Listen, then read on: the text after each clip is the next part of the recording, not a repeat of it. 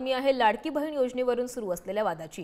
लाडकी बहीण योजनेवरून आमदार रवी राणांनी केलेल्या वक्तव्यामुळे राजकारण तापलंय। रवी राणांच्या वक्तव्यानंतर मुख्यमंत्री एकनाथ शिंदेंनी चांगलीच कान उघडणी केली आहे। लाडकी बहीण योजनेबाबत बोलताना काळजी घ्या, योजनांचा अपप्रचार होणार नाही अशी विधानं करू नका अशा सूचना देखील मुख्यमंत्र्यांनी दिल्यात। काही आमदारांची भाषा चुकीची आहे असं म्हणत मुख्यमंत्र्यांनी महायुतीच्या आमदारांना खडे बोल सुनावले।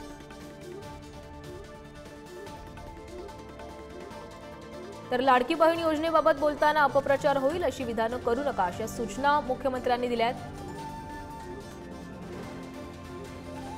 काही आमदार ज्या प्रकारे योजनेवर भाष्य करतायत ते चुकीचं आहे असं देखील शिंदे म्हणाले। जनतेमध्ये गैरसमज पसरवणाऱ्या आमदारांना वेळीच समज देण्याच्या देखील त्यांनी सूचना दिल्यात। तर लाडकी बहीण योजनेबाबत चांगला प्रचार करा असं देखील मुख्यमंत्र्यांनी सांगितलं।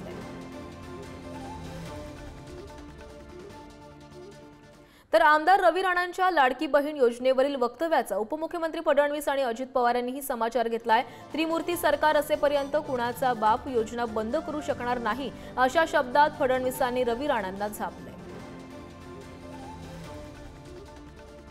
आमचे काही मित्र गमतीत बोलताना काही बोलतात, कोणीतरी म्हणतं पैसे वापस घेऊ।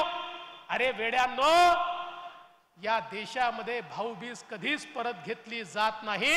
एकदा भाऊबीज दिली की त्याच्या बदल्यात केवळ माया आणि माया मिळत असते। त्यामुळे काही झालं तरी या ठिकाणी एक गोष्ट सांगतो, अरे निवडणुका येतील जातील, कोणी वोट देईल देणार नाही, पण मला विश्वास आहे महामाऊलींचा आशीर्वाद आमच्या पाठीशी असेल आणि जोपर्यंत हे त्रिमूर्तीचं सरकार आहे तोपर्यंत मायमाऊलीची योजना कोणाचा बाप बंद करू शकणार नाही, हे या ठिकाणी सांगण्याकरता मी आलेलो आहे। आज या प्रचंड संख्येने आपण आलाय।